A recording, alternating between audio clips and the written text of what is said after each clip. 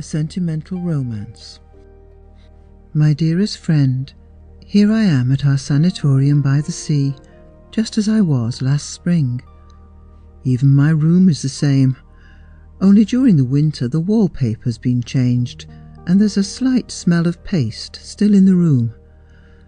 I don't know how other people feel, but this smell always brings back to me that sweet, gentle melancholy which is so indissolubly linked with the memories of childhood. Perhaps it's clung to me ever since my school days. I remember how in the old times they used to bring me back after the long summer holidays. As you pass through the quite familiar dormitory, the classrooms, the corridors, and everywhere, you detect the smell of paste, of fresh paint, of lime and varnish, and you feel with a sense of troubled melancholy that you are again stepping over a new border of life, and you vaguely regret the past that has been left on the other side. Grey, ordinary, unpleasant, but endlessly dear, just because it is the past and will never, never repeat itself. That past, what a mysterious, untranslatable charm it retains over one's soul. Even to you, my dearest, I only dare to write because I feel since the morning under the spell of last year's memories.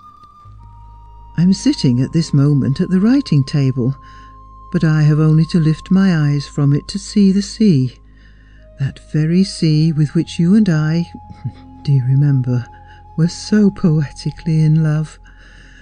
But even without looking up I can feel it.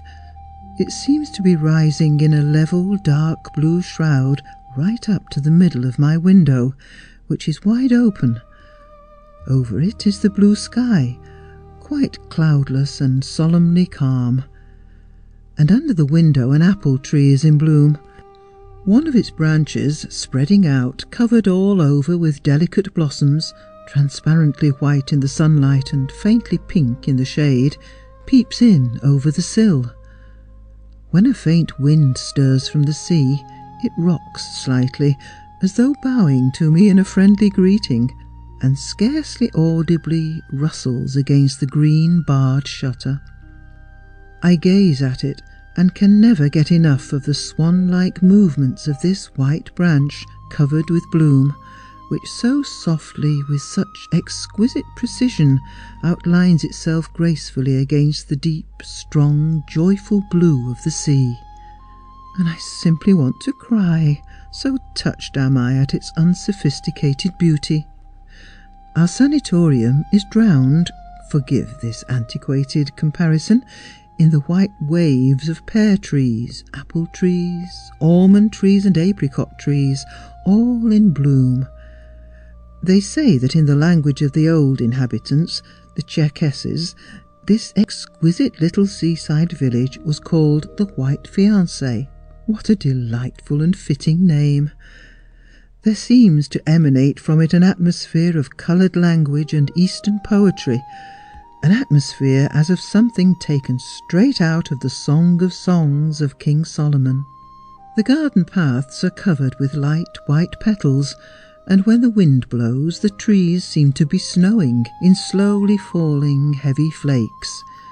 These light snowflakes fly into my room, cover the writing table and fall on my dress and my hair, and I can't, besides I have no wish, to rid myself of these memories, which agitate me and make my head turn like some old aromatic wine. It was last spring, the 3rd or 4th day after your arrival at the sanatorium. The morning was just as quiet, cool and gleaming. We were sitting on the south veranda, I in the rocking chair covered with a pale blue sailcloth. Do you remember that armchair? And you on the balustrade, leaning against the corner post and holding it with one hand.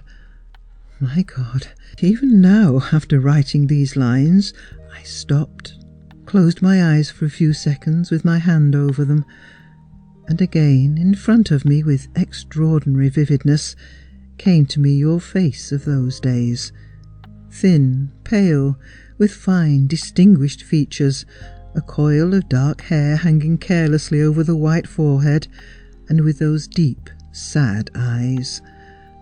I can visualize even that pensive and absent-minded smile which used just to touch your lips when you said, looking dreamily at the falling petals of the white flowers, "The apple trees are shedding their blossom, and the spring is only at its very start. Why does this swift, expansive bloom of the southern spring always awaken in me such a maladive feeling of distress and unfulfilment? No later than yesterday, it seems, I was watching with emotion the first swelling buds, and today the flowers are already scattering, and you know that tomorrow will come the cold autumn. Isn't it like our own lives? In youth you live only on hope. You think that now at once something great and absorbing will seize hold of you, and then suddenly you seem to wake up, and you see that nothing is left but memories and regret for the past, and you yourself are unable to tell at what precise period your real life swept by, the full, consciously beautiful life. You see how well I remember your words? Everything associated with you is imprinted on my soul in bright relief, and I treasure it, admire and delight in it, as a miser does in his gold. I confess even that I have come here exclusively to see once more, even from the window, a morsel of our sea, our sky, to smell the fine aroma of the apple trees in flower, to hear in the evening the dry chatter of the crickets, and to live endlessly over again in imagination those naive, pale memories at whose faintness a healthy person would laugh aloud. Oh, those healthy people, with their rough appetite for life, their depths of strong sensation permitted them by their strong bodies and indifferent prodigality of soul. They cannot even imagine those untranslatably delicate, inexplicably complex shades of moods through which we pass, we who are condemned almost from our birth to the monotonous vegetation of the hospital, the health resort, and the sanatorium. Here everything is as it used to be, only you are not here, my dear friend and teacher. Of course you can guess that through the newspapers I have heard of your recovery, and that you are back again in your university chair. Our dear doctor, as fond of life as ever, has confirmed this news, his face glowing with pleasure. Doubtless he attributes your cure to his system of hot baths and his theories of diet. As you know, I don't believe in either treatment, but all the same, I was ready to kiss this kindly and naive egoist for his news of your health. He, on the contrary, is not at all pleased with me. I saw it in the way he shook his head, wrinkling his lips and breathing hard through his nose with that preoccupied seriousness of his, while he was listening to my chest and tapping it. Finally he advised me to go somewhere in the real south, to Mentone or even Cairo, advised me with an awkward and jocular prudence, which was a poor mask for the anxiety that kept peeping out from his eyes. Visibly he's afraid of the bad impression that my death will create among his patients, and he wants to save them this unpleasantness. I shall be very sorry to prejudice involuntarily the good reputation of his establishment, but all the same, I do consider myself entitled to the luxury of dying in this particular place, sanctified by the poignant charm of early autumn. All the more because this will happen much sooner than he expects, perhaps even before the last white petals of my apple tree have fled. I will confess to you, as a secret, that already I cannot go beyond the veranda, and even that is very difficult, though I still have the courage to answer the doctor's anxious interrogative looks with an insouciant smile. But don't think I'm complaining to you in the selfish hope of arousing compassion for myself. No, I merely want to avail myself of the right that a dying human being has to discuss what healthy people are silent about from conventional shyness.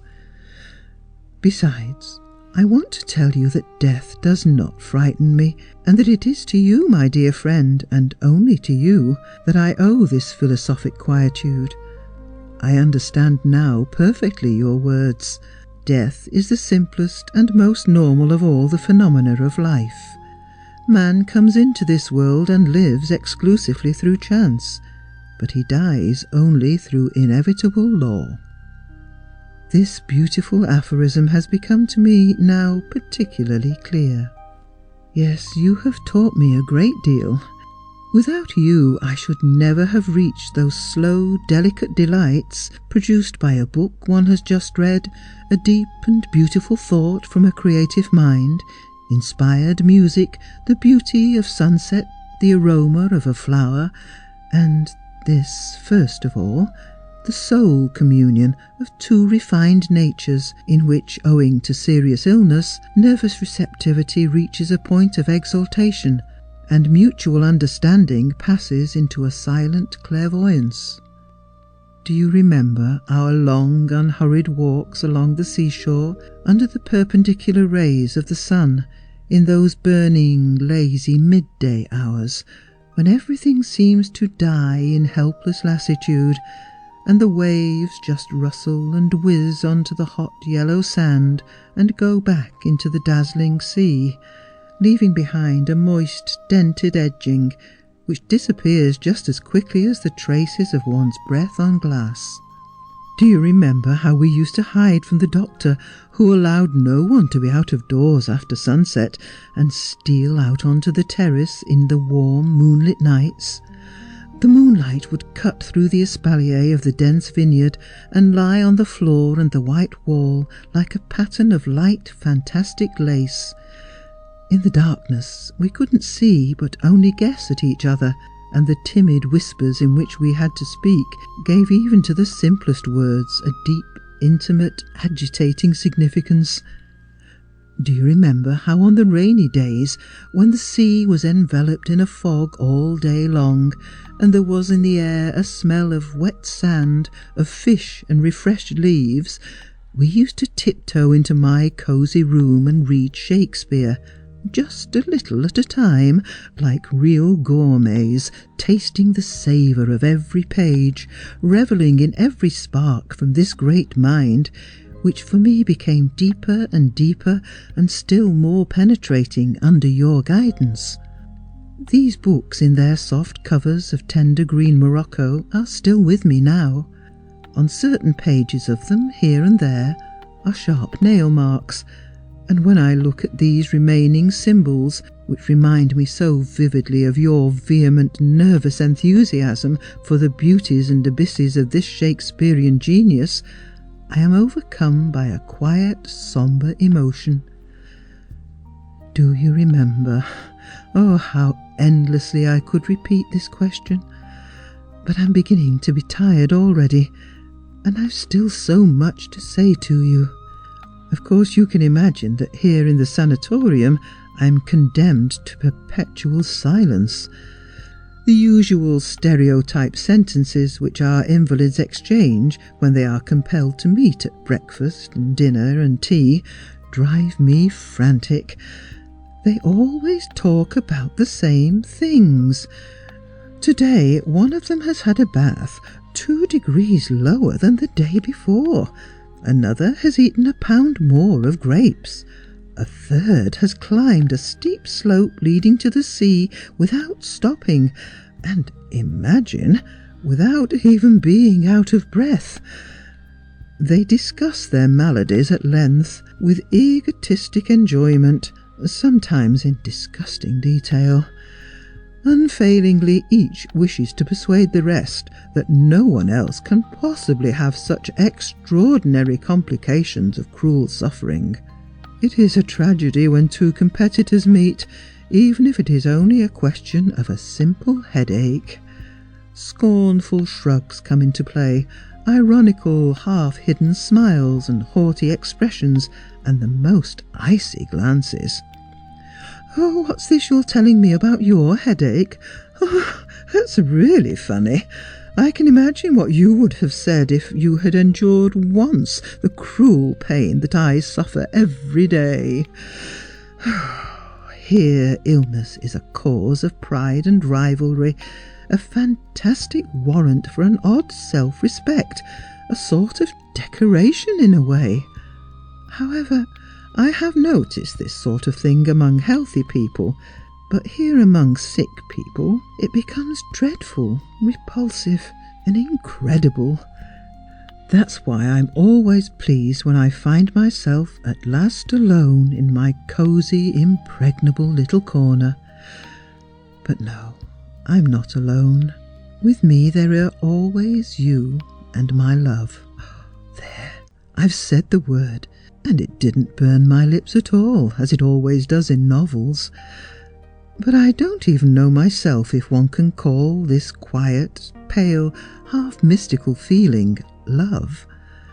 I'm not going to conceal from you the fact that girls of our class have a much more definite and realistic comprehension of love than is suspected by their parents, who watch modern flirtations through their fingers. At school, one talks a great deal on this subject, and curiosity gives it a kind of mysterious, exaggerated, and even monstrous significance.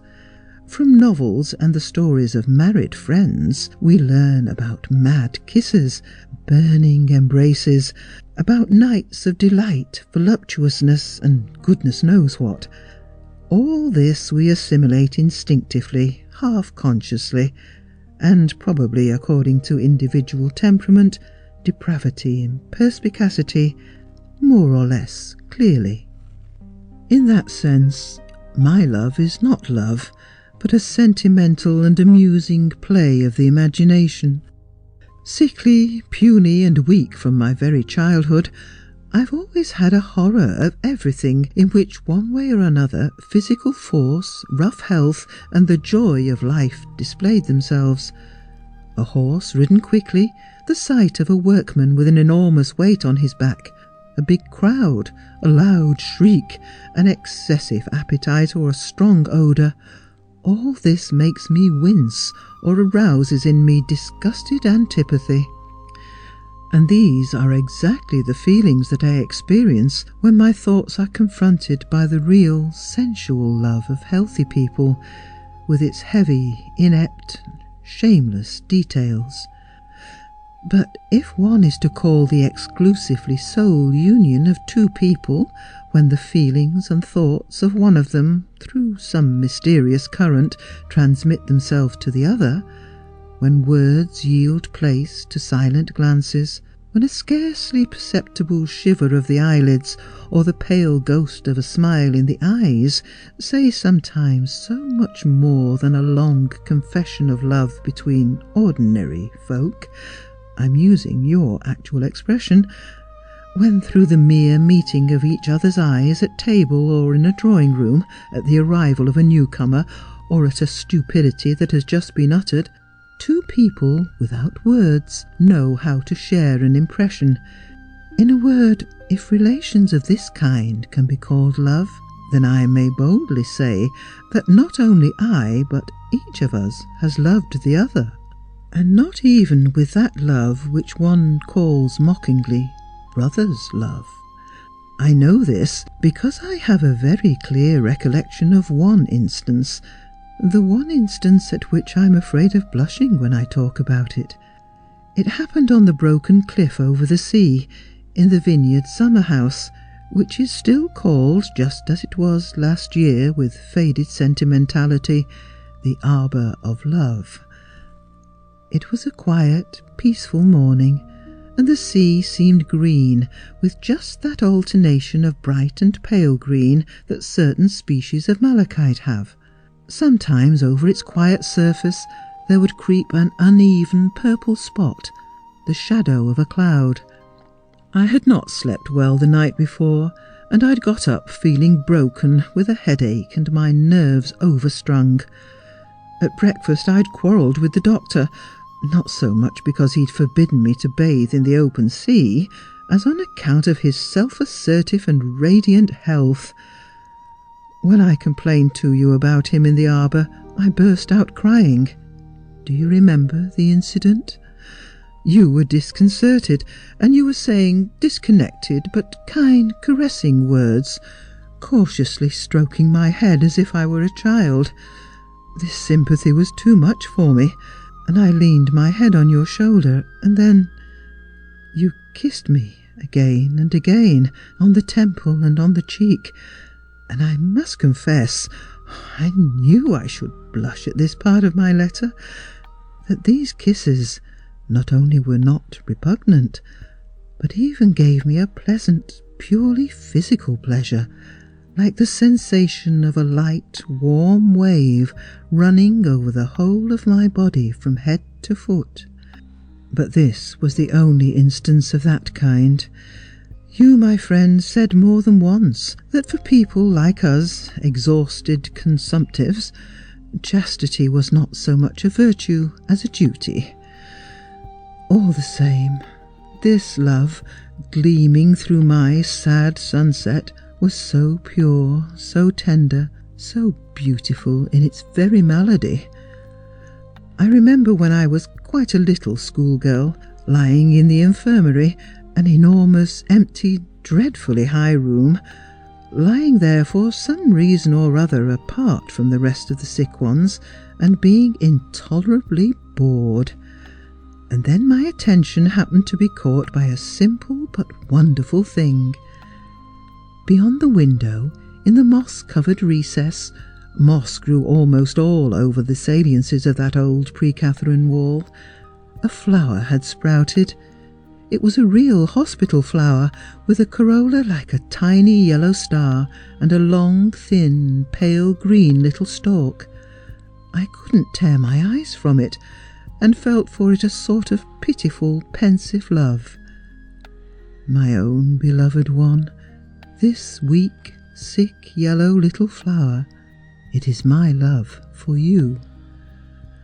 There, this is all I wish to tell you. Goodbye. I know my letter will slightly touch you, and the thought of this pleases me beforehand, for with a love like this, actually like this, no one has probably ever loved you or ever will love you. It is true that I have one wish. It is to see you in that mysterious hour when the veil will begin to lift itself from my eyes, not to cling to you in senseless terror, but so that in that moment when the will weakens, in the moment of involuntary fear, which, who knows, will perhaps seize me, you might press my hand tightly and say to me with your beautiful eyes, "Courage, my friend, a few more seconds, and you will know all." But I shall resist this temptation. I shall seal my letter at once, write the address, and you will receive it a few days after I have crossed the enigmatic border of knowledge. My last feeling will be one of deep gratitude to you who have illumined my last days with love. Goodbye. Don't be anxious about me. I feel well. I've closed my eyes, and over my body there runs once more a sweet, warm wave, as then in the vineyard arbour. My head swims so quietly and pleasantly. Goodbye. End of A Sentimental Romance by Aleksandr Kuprin.